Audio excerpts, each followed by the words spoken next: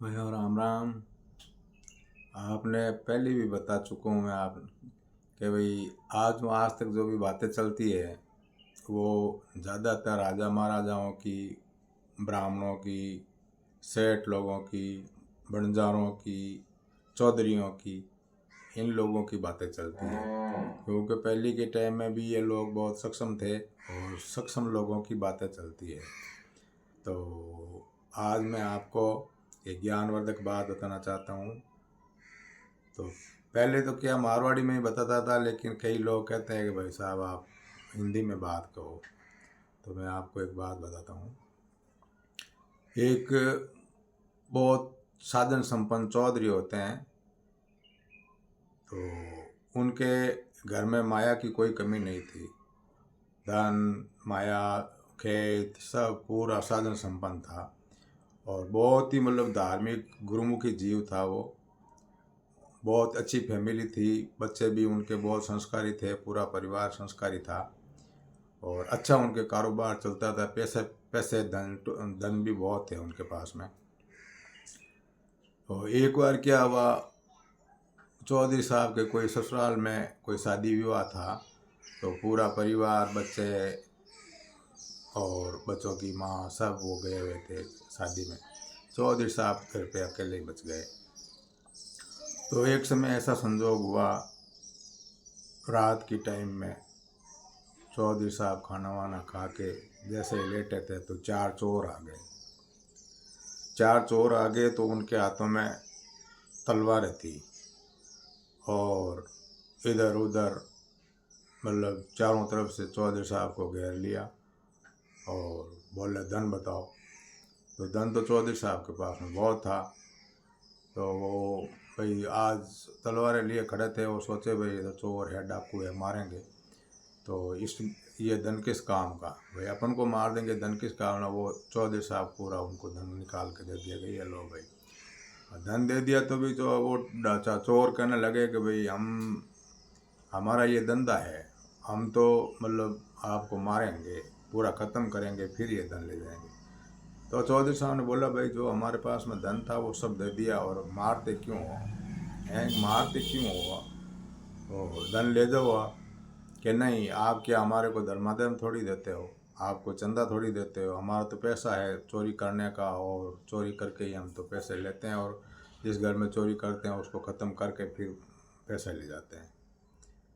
तो मौत तो ऊपर खड़ी होती है तो डर तो सबको ही लगता है। और वो बहुत भगत जीव था और परमात्मा का भजन करता था, ईश्वर में लीन रहता था। लेकिन उनके मतलब घर पे मतलब ये ऐसी विपता आ गई और चोरों ने तो बस बोल दिया हम तो ख़त्म करें। तो मौत देख के डर तो लगी है। तो उसका चेहरा बिल्कुल पीला पड़ गया, बहुत गिड़गिड़ाया वो, भैया मेरे को छोड़ दो और धन ले जाओ।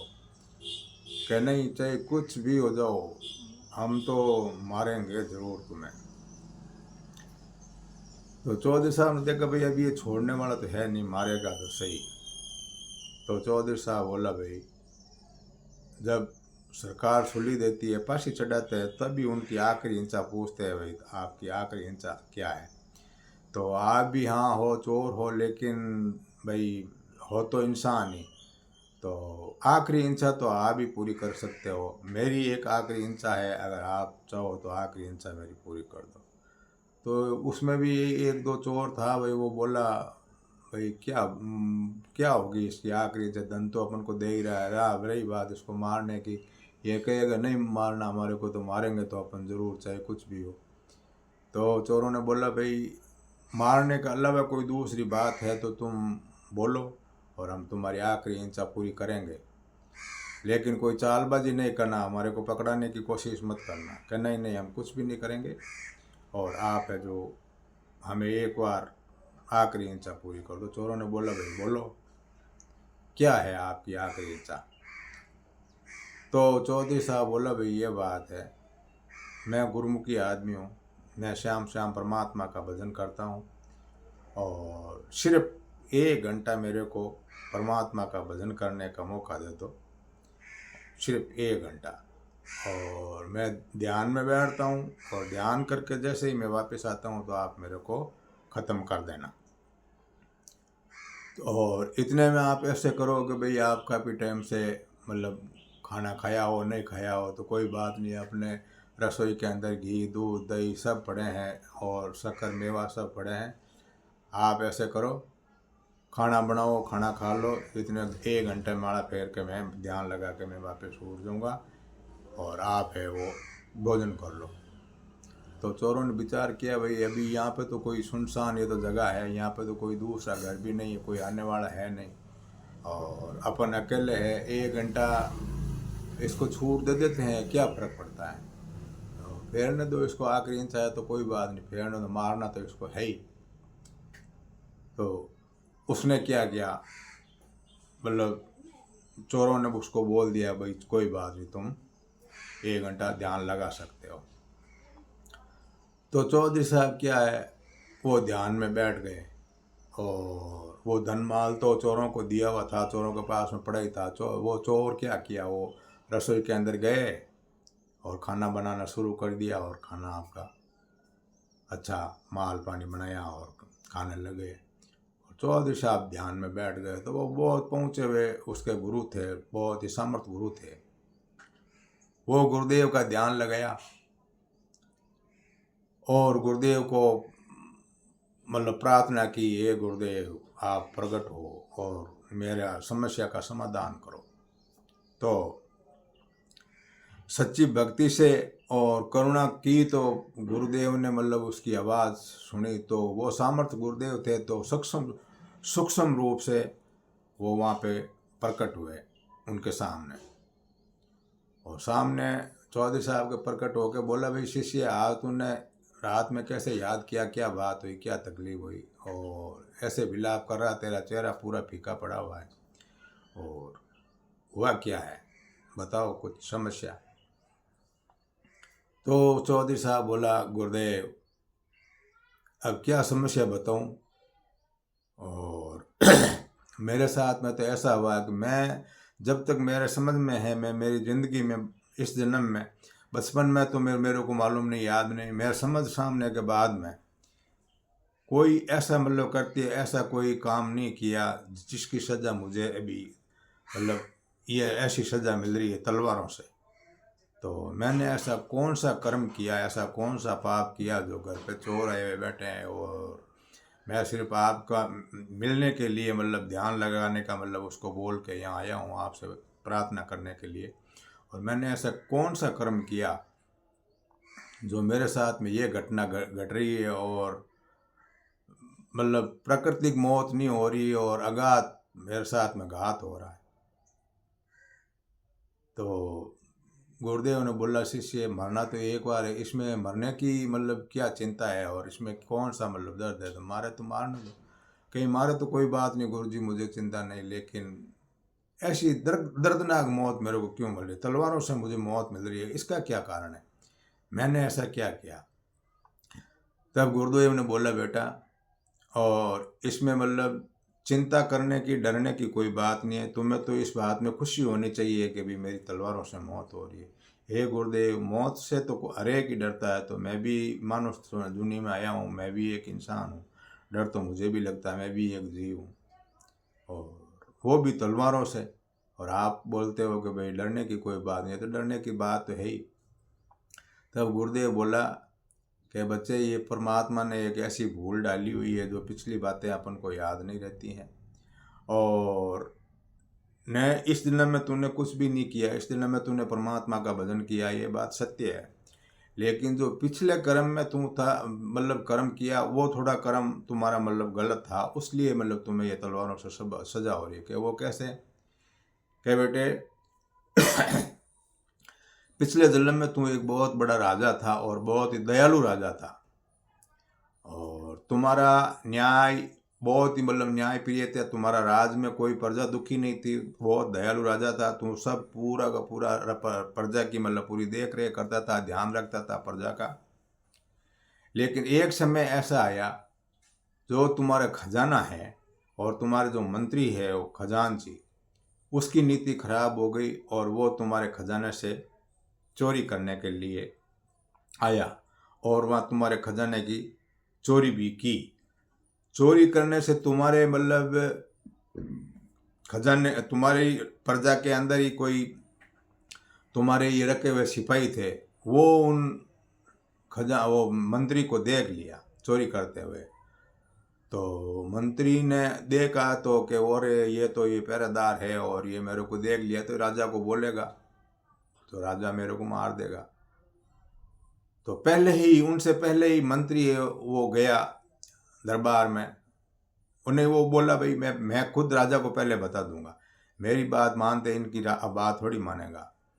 और सुबह जैसे ही दरबार खुला और पहले पहले ही मतलब वो मंत्री ने फरियाद, राजा साहब आके सभा के अंदर बैठे और बोले, वो मंत्री बोला राजा साहब फरियाद, राजा साहब फरियाद। कि भाई क्या फरियाद है, किस बात की फरियाद है? तब मंत्री ने बोला राजा साहब कल मैं घर पे जा रहा था, शाम की टाइम में लेट हो गया था खजा यहाँ से, और बाहर गया और देखा तो अपने पूर्व वाले बुरुज के अंदर से ये 4 सिपाही है जो अपना खजाना लूट रहे थे और उसमें से धन निकाला। तो राजा को चोरी जारी पे बहुत सख्त नफरत थी, बहुत मतलब दयालु राजा था। तो राजा को बहुत भयंकर मतलब गुस्सा आया और उसने कभी अपने हाथों से कभी पाप नहीं किया और वो न किसी की दूसरों की सुनी न कोई बात। और उन 4 कामदारों को, वो सिपाहियों को बुलाया सभा के अंदर। तो आज मंत्री की सुनते उन सिपाहियों की कौन, वो आप गिड़गिड़ाते रहे लेकिन उसकी कोई सुनवाई नहीं की। और राजा साहब ने कुछ भी आव देखा न था, तलवार निकाल के उन 4 का वो सभा के अंदर ही सिर काट दिया। अब सिर काट दिया और जो काल कार्य था वो आपका राजा वो पूरा किया और समय आई राजा तुम खत्म हो गए। खत्म हो गई तो तुम्हारी पीछे भक्ति अच्छी थी, राजा था तो तुम मतलब संत महात्माओं की सेवा करता था, बहुत धर्माता निकालता था और बहुत ही पुण्य का काम करता था और न्याय प्रिय राजा था। इसलिए तुम्हारे को मतलब अच्छे घर में जन्म मिल गया, चौधरी साहब के घर में जन्म मिल गया। तो बहुत ही साधन संपन्न परिवार में जन्म मिला तो तुम्हें धन दौलत की कोई कमी नहीं थी, तुम्हारा परिवार सब बहुत ही साधन संपन्न था। लेकिन तुम्हारे उस कर्म के कारण ये है वो जो सिपाही, उनको ईश्वर ने चोर बना के भेजा तुम्हारे घर पे, चोर बना के भेजा तुम्हारे घर पे। और धन तूने दे दिया इसको तो भी ये नहीं मानते कि नहीं मैं तो मार के ही धन ले जाएंगे, ये हमारा पैसा है। तो ये इसलिए तुम्हारे को मारने के लिए, ये तुमने तुम्हारे हाथों से मतलब किया हुआ कर्म है और उसका मतलब ये बदला लेने के लिए यह सिपाही है जो तुम्हारे घर पे चोर बन के आए। ये चौधरी साहब इसमें मतलब डरने की कोई बात नहीं है। ये सपोज करो कि इस जन्म में तूने परमात्मा का भजन किया, गुरुमुखी लोगों के साथ में रहा, सत्संगों में बैठा, उस कारण से तुम्हारे को मतलब ऐसा भगवान ने ऐसा संजोग बनाया, इन 4 को एक जगह इकट्ठाई है, एक ही परिवार के नहीं है, ये दूर दूर के कहीं कहीं से इसका समाजोग बैठा है और ये 4 इकट्ठे हो गए और तुम्हें मारने के लिए ये 4 एक साथ में आ गए। एक ही जन्म में तुम्हारा ये बदला पूरा कर देंगे, नहीं तो ये सब के सब अलग अलग जन्म लेता, तुम्हें 4 बार जन्म लेना पड़ता और 4 बार जन्म लेना पड़ता और 4 बार में ये तुम्हारा सिर काटता। तो ये इसमें खुशी की बात है कि तुम्हें 4 बार इस जन्मभूमि प्रत्येक मर्तुलोक में आना पड़ता, जन्म लेता और फिर ये मार देते, फिर जन्म लेता फिर आके ये मार देते। तो तुम्हारी भक्ति के कारण, तुम्हारे अच्छे पुण्य के कारण तुम्हें मतलब ये 4 की मतलब गुनाह है, 4 का बदला तुम्हारा एक ही जन्म में उतर रहा है। तो इसमें बहुत खुशी की बात है, डरने की कोई बात नहीं। और ये बात सुनी चौधरी साहब ने तो उनको बहुत मतलब मंदिर में खुशी हुई, संतुष्टि हो गई। हे गुरुदेव, हम तो आंधी कोटी, हमारे को तो कुछ पता ही नहीं है भाई क्या हुआ है क्या नहीं हुआ। और ये तो खुशी की बात है भाई, 4 बार में मैं बदला चुका था, वो मेरा बदला एक बार में चूक जाए, मरना तो है ही। तो आपका बहुत बहुत आभार, आपका बहुत बहुत शुक्रिया गुरुदेव, और आपने मुझे सही मार्गदर्शन किया। तो गुरुदेव ने तथास्तु कह के उसको कह भी जाओ और तुम्हें उनको बोलो भाई जो तुम्हारा काम करना है वो करो और मैं ख़त्म करो। वाह गुरुदेव, तो वो सूक्ष्म शरीफ से आए थे, वो तो आलमेट हो गए और चौधरी साहब वापस वो ध्यान से नीचे उतरे। तो जिस टाइम में ध्यान में बैठे उस टाइम में तो उसका चेहरा बिल्कुल फीका पड़ा हुआ था, क्योंकि मौत से डर सबको लगता है। और ऐसे मतलब कर रहे थे, गिड़गिड़ाते थे उन चोरों के सामने, मेरे को छोड़ दो, मेरे को छोड़ दो, मेरे को छोड़ दो। लेकिन वो चोर तो एक ही बार लगे थे, नहीं हम मारेंगे। अब जैसे ही वो ध्यान से नीचे उतरा तो उसका चेहरा बिल्कुल खिल रहा था और चेहरे के ऊपर मुस्कान थी। और वो देखा तो चोरों ने बस खाना वाना रसोई में खा लिया, हलवा हलवा बना के अच्छी तरह से, और धन की बोट बांधी हुई थी। वो जैसे ही मतलब उस ध्यान से नीचे आया तो चारों चोर तलवार लेके उसके ऊपर तान दी। वो बोलता पहले मैं मारूंगा, वो बोले पहले मैं मारूंगा। वो चारों में आपसी में विवाद हुआ। और जैसे जैसे उसके वो चारों उसको मारने के लिए आए तो चौधरी साहब का चेहरा बहुत ही मतलब खिल रहा है और हंस रहा है कि वो चोर थोड़ा नॉर्मल हुए। पहले जब ये ध्यान में बैठा उस टाइम में तो ये रो रहा था, मुझे छोड़ दो, मुझे छोड़ दो। अभी ये जो 1 घंटा ध्यान लगा के वापिस आया तो अभी ये हंस रहा है और बोला कि भाई लो भाई तुम मुझे मारो। और वो चौधरी साहब बोला अभी आप जो तुम्हारे को करना है वो फटाफट करो, ये गर्दन, और तुम है जो ख़त्म करो मेरे को। अब जैसे ही ख़त्म करने का कहा तो उनको चोरों के मन में तो और भी उत्सुकता जागी, भाई बात क्या है। चोर एकदम नॉर्मल हुए और वो तलवारें ऊपर तनी हुई थी वो भी नीचे हो गई।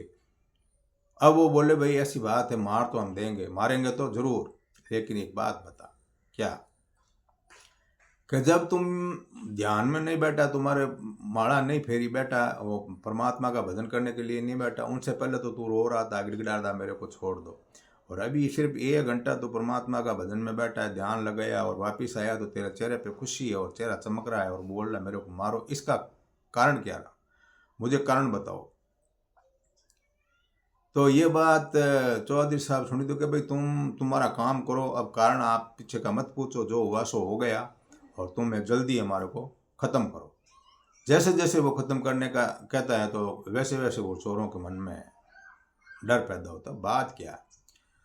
चोर बोला भाई नहीं हम मार तो देंगे, लेकिन बात यह है, बात तुम्हें बतानी पड़ेगी, इसका राज क्या है। तेरे चेहरे पे खुशी है, तेरे चेहरे पे चमक है, कोई ये डुप्लीकेट चमक है नहीं, ओरिजिनल चमक है, तुम्हारे चेहरे पे तेज है, और तुम मारने की मतलब बार बार कह रहा है मारो मारो, तो इसका कारण बताओ। तो चौधरी साहब ने बहुत मतलब बातें उनको समझाई, लेकिन वो माने नहीं। वो बोले नहीं इसका राज तो हम पूरा जान के ही रहेंगे। तब चौधरी साहब बोला भाई ऐसी बात है, फिर ऐसा नहीं है कि तुम मारो, नहीं कि नहीं हम मार देंगे। फिर वो चौधरी साहब ने जो उसके गुरुजी ने सूक्ष्म शरीर में बताई थी वो बात पूरी की पूरी स्टोरी वो चोरों को बताई। भाई बात है ये, और तुम मेरे बदले हो, बदला लेने के लिए आए हो, और मुझे माफ़ करो और तुम्हारा कार्य है वो पूरा करो। अब ये बात कही तो बहुत ही मतलब ये तो गहरी बात थी। तो चोरों के मन में एकदम उसका मन है विचलित हो गया कि ओहो देखो, जो कर्म करते हैं उस कर्म का तो बदला चुकाना ही पड़ता है। और इसने मतलब भूल में ये उसके कहने से, मतलब मंत्री के कहने से, मतलब अपने साथ में ऐसा कर दिया, तब अपन चोर बने और इनको मतलब मारने के लिए अपन को भगवान ने भेजा है। तो उनकी मतलब हृदय परिवर्तन हो गया चोरों का। भाई सत्संगी आदमी के साथ में वो मतलब सत्संगत की तो तब उससे उससे क्या संगत का भी फल हो गया। घंटा 1.5 घंटा उसका अन्न खाया है, उस घर में मतलब रहा है, तो उसका हृदय वो परिवर्तन हुआ। तो उन उन लोगों ने क्या किया, वो चारों को चारों चौधरी साहब के पैरों में पड़ गए। जो कुछ भी हुआ पीछे का वो हो गया, और जो हमारे साथ में तुमने जो आपने किया वो हमने माफ़ किया, लेकिन अब एक आपको काम करना पड़ेगा। जो आपका गुरुदेव साहब मिल गया उनको हमारे को भी दर्शन कराओ। चौधरी साहब बोले ये बहुत ही मतलब गहरी बात है और बहुत दुर्लभ है कि चाहे कुछ भी हो, आप जिस संतों का दर्शन करके आए वो संतों का दर्शन हमारे को भी कराओ। तो चौधरी साहब ने वापस ध्यान में बैठा और वापस गुरुजी को याद किया, गुरुजी बात तो ये है, और उस लोगों ने मेरे को मारा नहीं, मुझे माफ़ कर दिया, और वो बोल रहे हैं कि आपके गुरुदेव का मेरे को दर्शन कराओ और आपको चलना पड़ेगा, मेरे लिए चलना पड़ेगा। तो बोलते हैं भाई भगवान भगत के बस में होते हैं। तो गुरुदेव भी शिष्य के सच्चा शिष्य होते हैं, उनके बस में होते हैं, तो शिष्य की बात मानी और सूक्ष्म रूप से वो चौधरी साहब के घर में वो प्रकट हुए। तो चारों चोरों के ऊपर वो दृष्टि पड़ी तो उनकी मतलब आत्मा बिल्कुल एकदम संतुष्ट शांत होगी। वो चारों चोर उनके पैरों में गिर गए और गिर के बोले, गुरुदेव हमें हमारा मार्गदर्शन करो और इस जीवों को मतलब आप पार लगाओ, जो कुछ कर्म किया उस गुनाह को माफ़ कराओ और इसके बाद में हम ऐसा कर्म करते कोई नहीं करेंगे और हमें माफ़ कराओ। तो गुरुदेव ने उसको आशीर्वाद दिया और आशीर्वाद दे के उनको भी आपका चोरों को भी आपका शिष्य बना लिया और वो भी चोर गुरुमुखी हो गए और परमात्मा का भजन करने लगे। तो भाइयों, इसका मतलब ये है कि जो बदला बैर है, अपन सोचते हैं कि भाई मैं ऐसा कर रहा हूँ, मैं ऐसा कर रहा हूँ, मैंने इस दिन में तो कुछ किया ही नहीं, मेरे साथ में ऐसा क्यों हो रहा है। और जो पापी लोग हैं उनको तो उनका तो कारोबार बढ़ रहा है और मैं कुछ भी नहीं करता हूँ, मैं मतलब इतना दया भाव रखता हूँ, लोगों की सेवा करता हूँ, मेरे साथ में गलत हो रहा है। तो भैया ये तो अपने इस जन्म की पुण्य और अपन का जो कुछ पीछे का जो कर्म किया हुआ है उसका फल अपन भोग रहे हैं। और जो जिसका पाप बढ़ रहा है वो उनका पुण्य किया हुआ है, वो पुण्य नष्ट हो रहे हैं, उनके पाप बढ़ा रहे हैं, भगवान उसको ज़्यादा ज़्यादा दे रहे हो तो वो भगवान उनका पुण्य नष्ट कर रहे हैं। और जिस टाइम में उसका पुण्य नष्ट होगा, जो गलत काम करेगा उसका भी घड़ा बढ़ जाएगा। और जो परमात्मा का भजन करते हैं वो आपका मतलब सही शायद उसको थोड़ा भगवान कष्ट होता है, क्योंकि उसको जो इस जन्म में परमात्मा मतलब उसके पीछे कर्जा रखना नहीं चाहता, वो पूरा का पूरा इस जन्म में उतार के उसको बिल्कुल क्लियर कर देते हैं। तो भाइयों, इसमें जितना भी हो सके परमात्मा का भजन करो और अच्छे कर्म करो, बुरे कर्मों से मुक्ति पाओ। राम राम राम राम।